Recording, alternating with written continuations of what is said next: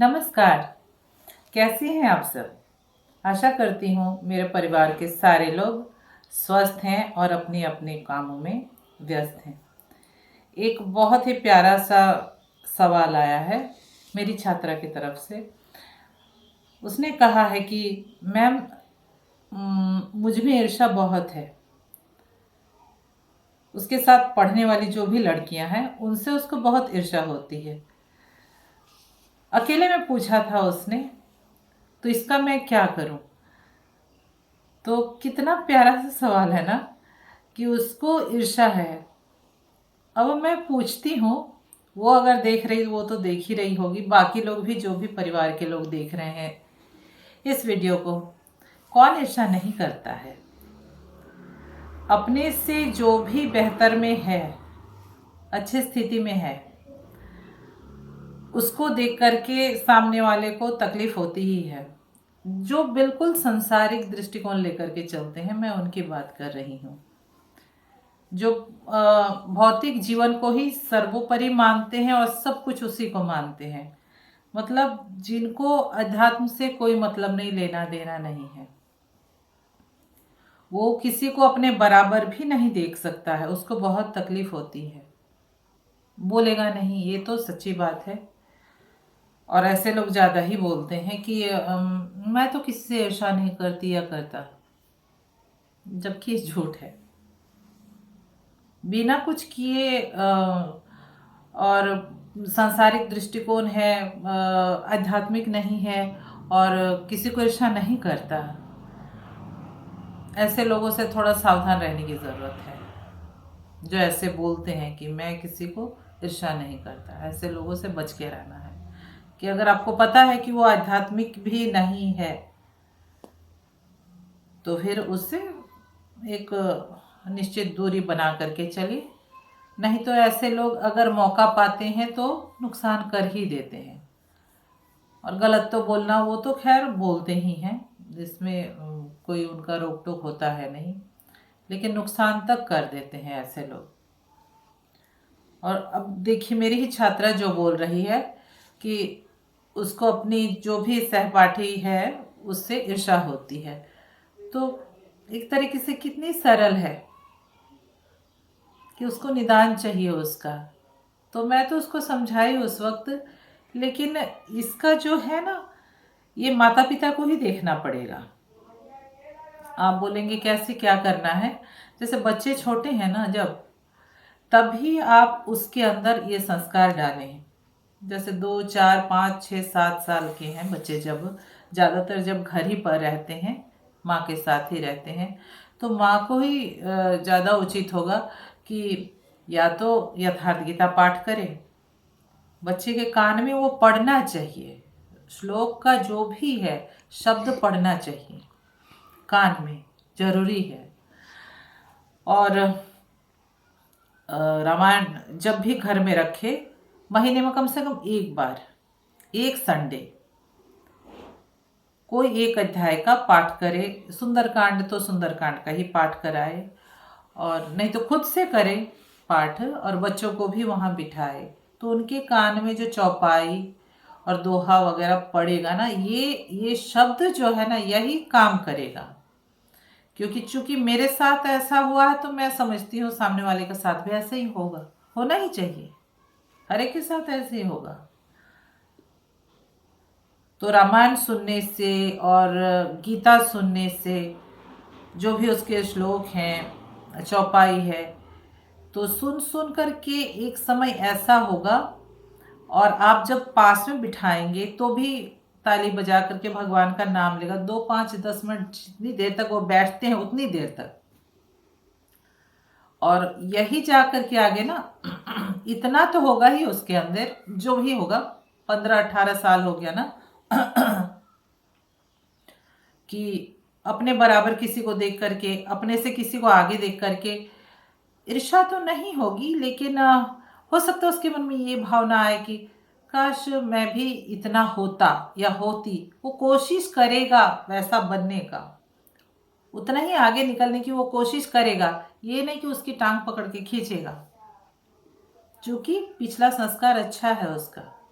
इस जन्म में आपने जो उसको उसके अंदर संस्कार डाला कि भगवान नाम जप के साथ साथ गीता सुनाया जबरदस्ती, रामायण सुनाया जबरदस्ती, वो काम करेगा उस वक्त कि उसका विवेक इतना काम करेगा कि नहीं, नुकसान नहीं करेगा उसका, लेकिन वो उतना ही आगे निकलने का देखेगा सामने वाले को, जब आगे निकलने की कोशिश करेगा, अपने आप को बेहतर बनाने की कोशिश करेगा।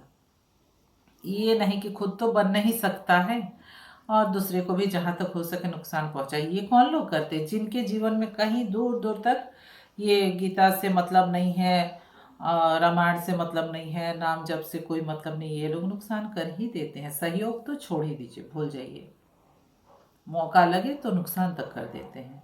तो माता पिता का ये परम कर्तव्य है कि एक पद बच्चा पा जाए, हर माता पिता चाहते हैं, चाहना चाहिए, लेकिन उसके साथ एक अच्छा इंसान उसको बनाए। ये बहुत बड़ा कर्तव्य है कि एक आत्मा है, चलो बेटा बेटी तो है, लेकिन वो एक आत्मा है, वो आत्मा को अधोगति में न ले जाए, सहयोग करे कि उसका उत्थान के लिए। अब बच्चा है तब तो आप जोर जबरदस्ती कर ही सकते हैं, लेकिन बड़ा हो जाएगा तब बोलेंगे आओ बेटा बैठो रामायण सुनो, वो तो सुनने से रहा, फिर वो नहीं सुनेगा, बैठेगा नहीं, क्योंकि पहले आपने वो कोशिश की नहीं। जब जबरदस्ती करके आप बिठा करके उसको जबरदस्ती उससे भगवान का नाम उच्चारण करवा सकते थे, तब आपने छोड़ दिया, तो बाद में भी वो नाम तो नहीं लेगा।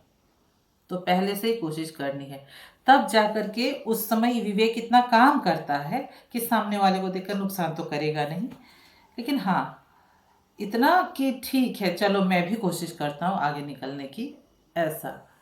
लेकिन जो मैंने जो कहा इसके अनुसार, जो जैसे बचपन से आदत डालेगा ना उसके अंदर, अच्छी अच्छी आदतें जो भी है, भगवान नाम जप के साथ गीता रामायण सुनाना उसको, तो वो आगे चल कर के जब नाम जप करेगा ना, मैं आ रही हूँ इस शब्द पर, ईर्ष्या।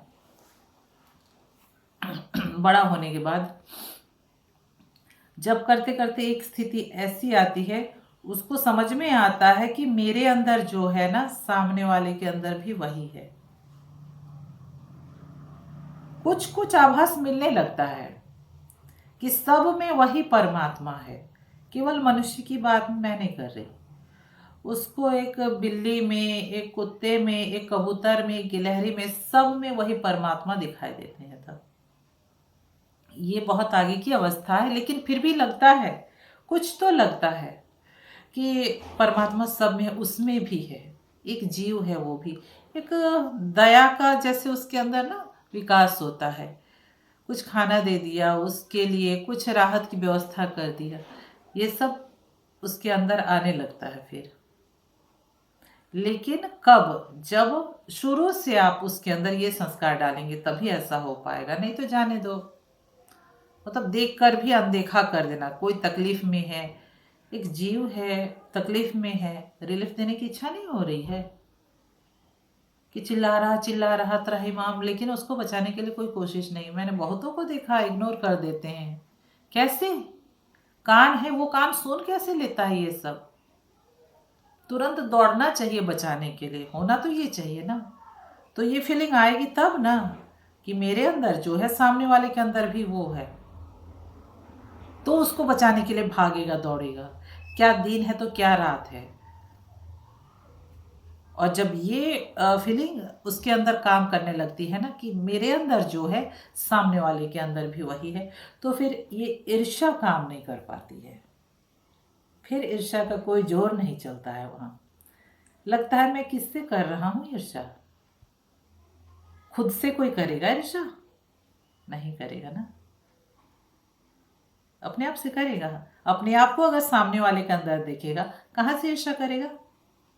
उसका भी भला उतना ही चाहेगा जितना अपना चाहेगा। बोलने के लिए नहीं कि भगवान आपका भला करे, ऐसे तो सभी बोलते हैं, बस बोलने के लिए यहाँ से बोल दिया, दिल से कोई नहीं बोलते हैं। महात्मा लोग क्यों, जो भी बोलते हो जाता है। देखते सबके अंदर वही आत्मा प्रसारित है, तो दिल से आवाज जो निकलती है वो ईश्वर सुनते हैं। तो फिर ईर्षा, फिर वहां ईर्षा का जोर नहीं चल पाता। मुझे आशा है मेरी छात्रा को अपने सवाल का जवाब मिल गया होगा और परिवार के बाकी लोग भी जो देख रहे हैं इस वीडियो को, उनको भी कुछ समझने का अवसर मिला होगा। आज के लिए इतना ही। धन्यवाद।